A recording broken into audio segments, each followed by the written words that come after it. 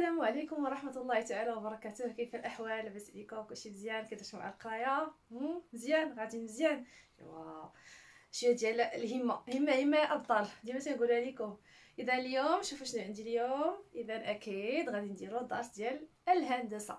دونك من بين الدروس اللي كتجي صعيبة شوية التلامذ هي الدروس ديال الهندسة، سورتو الانشاءات الهندسيه، يعني فاش كيبغيو يرسموا شي مربع شي مستطيل ايا كان مثلث الى غير ذلك كيجيهم صعيب يستعملوا الادوات الهندسيه. دونك اليوم ان شاء الله غادي ندير لكم تمهيد لهذا الدرس اللي هو الدرس ديال التوازي والتعامد. دونك ضروري خصنا نعرفوا كيفاش نتعاملوا مع المزوات وبركار الى غير ذلك، ولكن اليوم سورتو غادي نشوفوا كيفاش نخدموا بالمزوات عن طريق رسم مستقيمين متوازيين ومتعامدين. دونك دابا التلميذ فاش كتسولو كتعرف ترسم هذا يقول لك ايه نعم استاذه اكيد، ولكن فاش كتعطيه ورقه كيرسم بطريقه عشوائيه الاغلبيه، يعني ماشي كنعمم ولكن الاغلبيه. وبالتالي يلا هو معايا باش نشوفوا الطريقه الصحيحه لرسم مستقيمين متوازيين ومتعامدين. مرحبا بكم. اذا على بركه الله هيا ننطلق. دونك في هذا الدرس غيحتاجوا مسطره ومزوات. يلا كلشي مسطره ومزوات حطهم حداك، قلم رصاص. يلا على بركه الله. يلا انا بالنسبه لي غادي نستعمل غير المزوات، غندير فيها مسطره ومزوات ياك.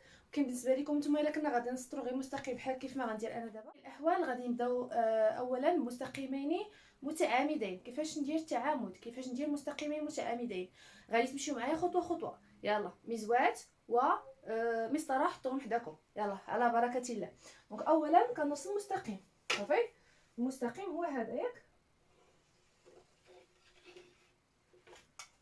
لا ما ترسموش على الخط. لا ما تبقاش معاكم كتغشوا. لا دونك رسموه هكا مائل باش تعرفوا، ماشي نمشيو ليه مع الخطوط عمودي وافقي، لا ديروا ليا مائل باش هكا تاكدوا بلي فريمون عرفتوا التقنيه كيفاش نرسموا التعامد. يلا زيد. دونك رسمت المستقيم هو هذا ياك. غنحدد فيه واحد النقطه. كيفاش كنحددوا نقطه على المستقيم؟ بحال شكل علامه اكس فوق المستقيم مثلا هنا. غادي نسميها واحد التسميه، نسميها مثلا دونك انا بغيت نرسم واحد المستقيم عمودي على هذا المستقيم ويكون يمر كيدوز من نقطه صافي، يدوز من نقطه. اذا غادي ناخذ المزوات ديالي. دونك المزوات فيها ثلاثه ديال الزوايا. هي واحد بحال قلتي القناس، الزوايا القنت. دونك عندنا واحد وعندنا جوج وعندنا ثلاثه ياك. هما هادو واحد جوج ثلاثه ياك. ولكن حنا اللي كتهمنا بزاف هي هذه، هي الزاويه 90 درجه. هذه فيها 90 درجه. دونك انا اللي كيهمني علاش داروا اصلا هذا هي على هذه. بغينا حنايا هاد الزاويه ديال 90 درجه. دونك هذه غادي ناخذ فيها واحد المستقيم هنا، فيها واحد المستقيم هنا. غادي ناخذ واحد المستقيم ونحطوه على المستقيم بحال هكا. شفتوه؟ ماشي هكا لا، فوق المستقيم هكا يكون قاد. من بعد اش غندير؟ غنبقى نجر. دونك نجر حتى كنوصل ديك النقطه هكا صافي. وكنثبتها مزيان بيدي وكنبدا نرسم المستقيم العمودي هو هذا صافي. انا رسمت المستقيم العمودي. دونك خصني نطولو. ناخذ مسطره ولا ناخذ هادي نيت ونبدا نطول عادي. نحط فوقه هكا ياك، ما عرفتش واش كيبان لكم مزيان. ونبدا نطولو الفوق فوالا. ثم كنرسم العلامه ديال التعامد اللي هي الزاويه القائمه. شفتوها مزيان؟ يلا شوفوا واش طبقتوا مزيان على الدفاتر ديالكم.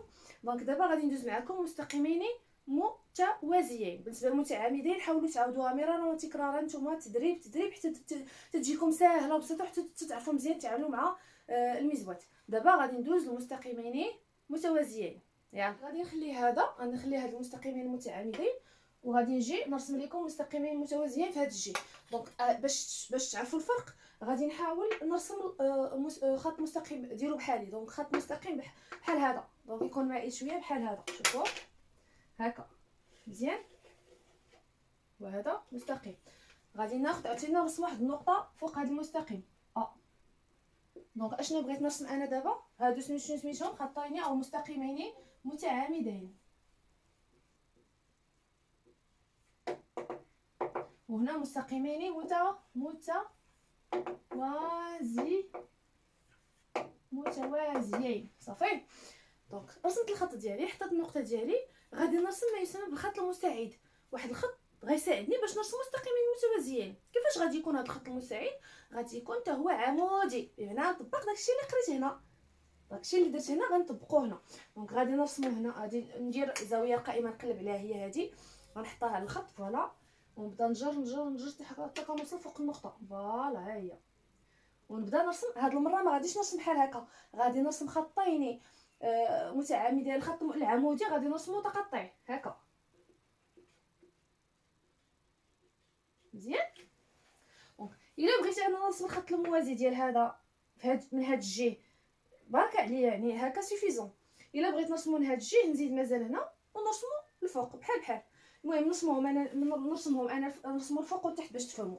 دونك غادي نكمل الرسم ديال هذا الخط المتقطع فوالا. دونك هذا الخط المتقطع هو عمودي على هذا الخط ياك. شنو غادي ندير دابا؟ غادي ناخذ الزاويه القائمه وغادي نحطها على الخط المتقطع. شوفوا ها هي الزاويه القائمه، غادي نحطها فوقاش؟ فوق الخط المتقطع بحال هكا، ونزيد نجبد شويه باش يكونوا بعاد فوالا، ونحط ونثبت المسطره ديالي باش ما تحركش ليا، ونرسم الخط الموازي فوالا هو، ونزيد نجبدو هكا باش فوالا. شفتوا دابا هادو هما الخطين المستقيمين المتوازيين، هذا وهذا صافي. نرسم الخط الموازي ليه، المستقيم الموازي ليه من هاد الجهه. عاوتاني غادي نستعمل زاويه قائمه ها هي، نحطها على هاد الخط فوالا شفتوا، ونهبط شويه باش ما يكونوش بعاد بزاف هكا صافي، ونرسم الخط ديالي هكا ونزيد نجبدو هنايا شفتوا. دونك نسميهم انا مثلا دي ودي بريم ومثلا دي واحد.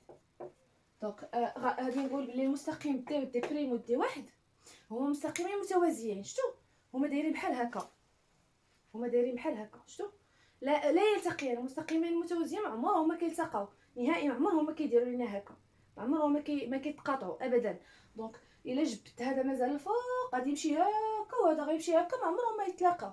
على عكس المستقيمين المتعامدين، هما مستقيمين متقاطعين ويكونان زاويه قائمه صافي. دونك المتعامدين هما مستقيمين متعامدين ياك، متعامد بحال هكا، متقاطعين عفوا، وكيشكلوا لينا زاويه قائمه.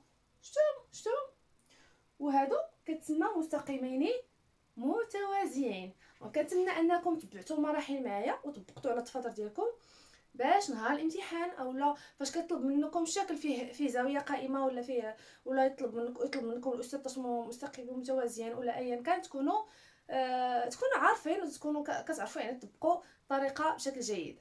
دونك من بعد غادي نخدم معكم رسم الاشكال الهندسيه. فمرحبا بكم والى لقاء اخر ان شاء الله.